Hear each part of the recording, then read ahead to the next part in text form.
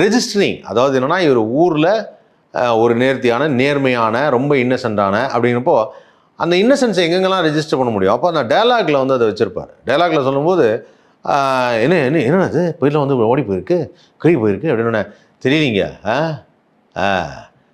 நம்ம பிள்ளைக்கு சோறு இல்லைன்னா விட்டுருவோமா, அது மாதிரி தான்.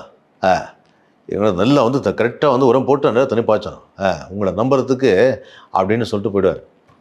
அப்போது வந்து அந்த தேங்காயெல்லாம் எடுத்து வச்சாடா அப்படின்னு எடுத்து வச்சான்னு சொன்னால் அந்த வேலைக்கார ஒருத்தவரை எடுத்து வச்சுருப்பான். எடுத்து வச்சுட்டேன்.